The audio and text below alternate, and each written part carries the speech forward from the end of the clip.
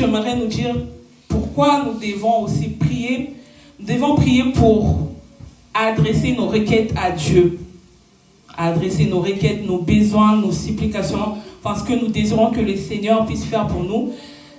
Donc nous devons aussi prier pour ça, donc donner nos requêtes à Dieu. Et lorsque nous donnons nos requêtes à Dieu, nous espérons que l'Éternel puisse nous exaucer favorablement. Amen. Donc la prière, c'est quelque chose de très important dans la vie d'un enfant de Dieu. Donc c'est très capital. Donc la prière, nous ne devons pas nous en passer, mais nous devons vraiment demeurer dans la prière. Si nous voulons voir l'Éternel agir dans nos vies, c'est dans la prière, à genoux. Lorsqu'on demande à Dieu, lorsqu'on demeure dans la prière, c'est là où l'Éternel se manifeste. Amen. Bien aimé, ce que j'aimerais encore nous dire par rapport à la prière, c'est quelque chose de très important dans la vie d'un chrétien, dans la vie d'un enfant de Dieu.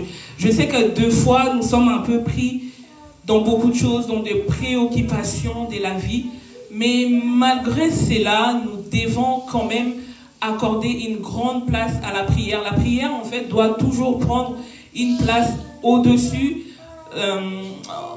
de nos occupations. Nous devons mettre la prière en premier lieu. Donc, prier sans cesse. Parce que un chrétien, sans la vie de prière, c'est un peu comme un homme qui est faible, c'est-à-dire faible, pas physiquement peut-être, mais faible d'esprit. Parce que lorsque nous prions, Dieu nous donne sa force à travers sa parole.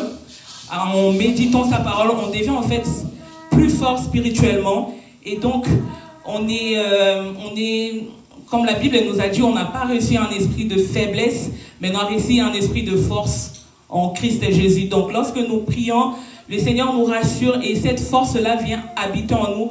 Et donc, nous n'avons plus peur de rien, nous n'avons pas peur de l'adversité, mais nous rivons nos yeux vers le Seigneur dans la prière et c'est comme ça que Dieu nous donne la victoire. Amen. Dans le livre de Actes 16, le verset 25 à 26, je vais nous les lire.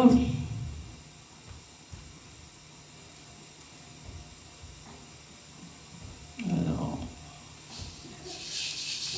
c'est l'histoire de Paul et Silas. Paul et Silas dans la prison. Lorsqu'ils étaient en prison, en fait, ils étaient en train de demeurer dans la prière. Ils étaient en train de louer. Et lorsqu'ils étaient en train de prier, de louer, d'adorer le Seigneur, et c'est là où le Seigneur, en fait, s'est manifesté. C'est là où le Seigneur a agi. Nous avons vu dans cette histoire que les chaînes ont tombé. Le mirail, en fait, ont été tombés. Pourquoi? Parce qu'ils étaient en train de demeurer dans la prière. Bien aimés, nous avons des combats vraiment, des combats spirituels, ou même des fois qui sont physiques, mais c'est dans la prière que j'aimerais nous dire qu'on est en fait victorieux. C'est lorsqu'on prie, c'est lorsqu'on demeure dans la prière que Dieu nous donne la victoire. Amen.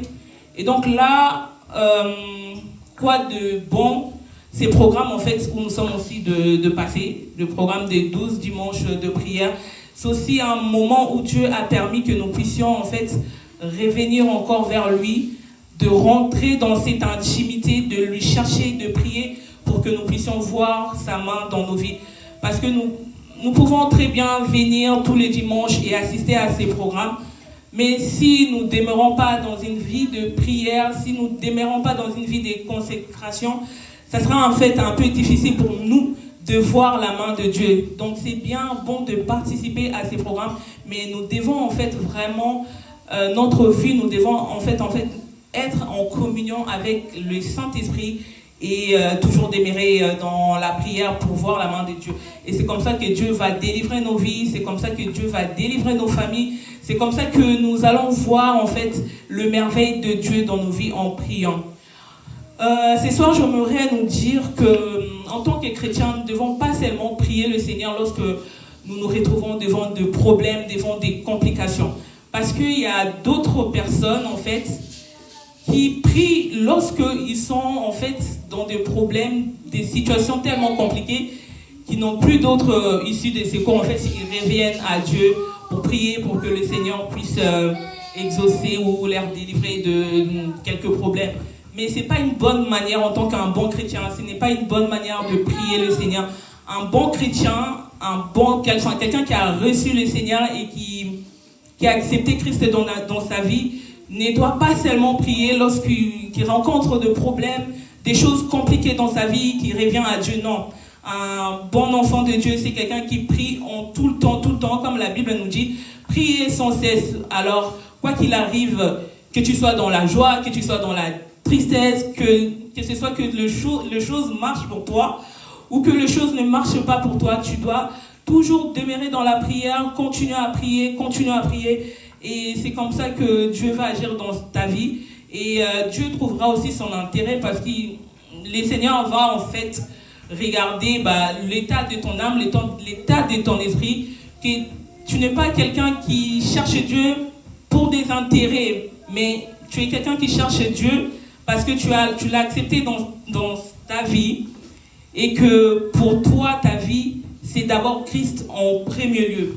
Et donc voilà, si aujourd'hui nous sommes fidèles à des petites choses, donc notre Dieu nous a dit au travers de sa parole qu'il nous donnera encore plus d'avantages. Donc voilà, bien-aimés, c'est que j'aimerais nous partager ce soir en ces thèmes, en partageant avec vous la prière. Amen.